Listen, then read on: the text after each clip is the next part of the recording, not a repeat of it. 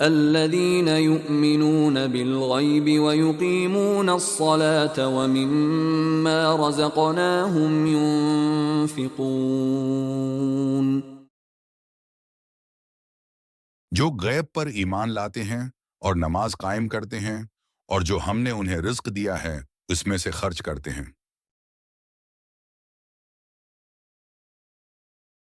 یہ آیت ان لوگوں کی تعریف کرتی ہے جو متقی ہیں، یعنی وہ لوگ جو اللہ پر بغیر دیکھے ایمان لاتے ہیں اور جو غیب کی حقیقت کو تسلیم کرتے ہیں. اس آیت کے نزول کا مقصد ہے اہل ایمان کی خصوصیات کو بیان کرنا ہے تاکہ ہر مومن ان صفات کو اپنائے. یہ آیت مدینہ میں نازل ہوئی اور مدنی زندگی میں عبادت اور خیرات کی اہمیت کو اجاگر کرتی ہے.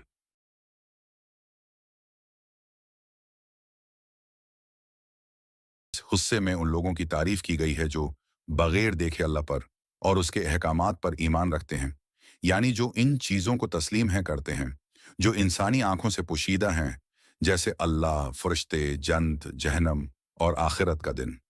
یہ ایمان کی بنیادی شرط ہے کہ ہم غیب پر یقین رکھیں. حصے میں نماز کی اہمیت کو بیان کیا گیا ہے.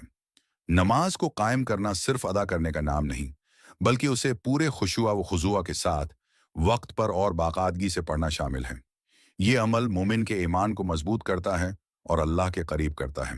کہ اس حصے میں رزق میں سے خرچ کرنے کی ترغیب دی گئی ہے، یعنی جو کچھ بھی اللہ نے مومنوں کو عطا کیا ہے وہ اس میں سے دوسروں پر خرچ کریں، چاہے وہ مال و دولت ہو یا علم یا وقت.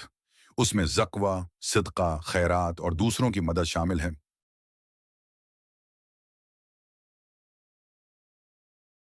ایمان بالغیب، اللہ کی عظمت کو تسلیم کرنا، چاہے ہم اسے اپنی آنکھوں سے نہ دیکھ سکیں. یہ اعلیٰ درجے کا ایمان ہے. نماز کی اہمیت. نماز روحانی تربیت کا ذریعہ ہے اور مومن کو اللہ سے جوڑنے والا سب سے اہم ذریعہ ہے. سخاوت اور انفاق، اللہ کے دیے ہوئے رزق میں سے خرچ کرنا، ہمیں یہ سکھاتا ہے کہ جو چیزیں اللہ نے ہمیں دی ہیں وہ ہماری اپنی نہیں بلکہ اللہ کی عطا ہیں، جنہیں ہم دوسروں کے ساتھ بانٹ کر اللہ کی خوشنودی حاصل کر سکتے ہیں.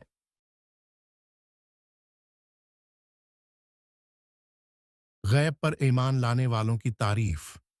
نماز کو باقاعدگی سے قائم کرنے کی تلقین. اللہ کے دیے ہوئے رزق میں سے دوسروں پر خرچ کرنے کی اہمیت.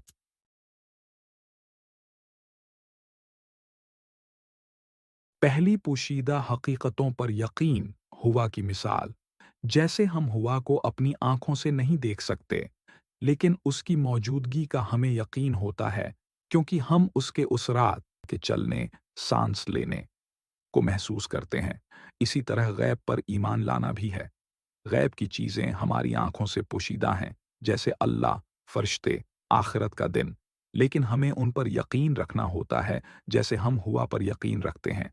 مومن کی سب سے بڑی خوبی یہی ہے کہ وہ ان چیزوں پر ایمان رکھتا ہے جو وہ دیکھ نہیں سکتا، لیکن اللہ کے کلام پر یقین کرتے ہوئے ان کا وجود تسلیم کرتا ہے. بنیاد کی مثال. عمارت کی تعمیر. ایک عمارت کی مضبوطی اس کی بنیاد پر منحصر ہوتی ہے. اگر بنیاد مضبوط ہو تو پوری عمارت قائم رہتی ہے، ورنہ وہ گر جاتی ہے. نماز مومن کی روحانی زندگی کی بنیاد ہے. جیسے ایک عمارت بنیاد کے بغیر قائم نہیں رہ سکتی، ویسے ہی مومن نماز کے بغیر اپنے ایمان کو برقرار نہیں رکھ سکتا. نماز ایمان کو تقویت دیتی ہے اور اللہ سے تعلق مضبوط کرتی ہے. اسی لیے اس آیت میں نماز قائم کرنے کو ایمان کی بنیادی شرط قرار دیا گیا ہے. درخت کا سایہ، سخاوت اور انفاق کی مثال. ایک درخت اپنے پھل اور سایہ دوسروں کو دیتا ہے، چاہے اسے خود کچھ نہ ملے.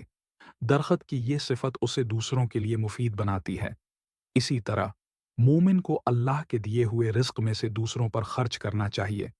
جب ہم اپنا مال، علم یا وقت دوسروں پر خرچ کرتے ہیں تو ہم نہ صرف اللہ کی رضا حاصل کرتے ہیں بلکہ دوسروں کے لیے بھی فائدہ مند بنتے ہیں، جیسے درخت اپنے پھل اور سایہ سے دوسروں کو فائدہ دیتا ہے. بیج بونے کی مثال. زکوۃ اور صدقہ. جیسے ایک کسان زمین میں بیج بوتا ہے اور پھر صبر سے انتظار کرتا ہے کہ فصل تیار ہو، اسی طرح اللہ کے راستے میں خرچ کرنے کا بھی یہی اصول ہے. جب ہم اپنی دولت میں سے زکوہ یا صدقہ دیتے ہیں تو یہ زمین میں بیج بونے کی طرح ہے.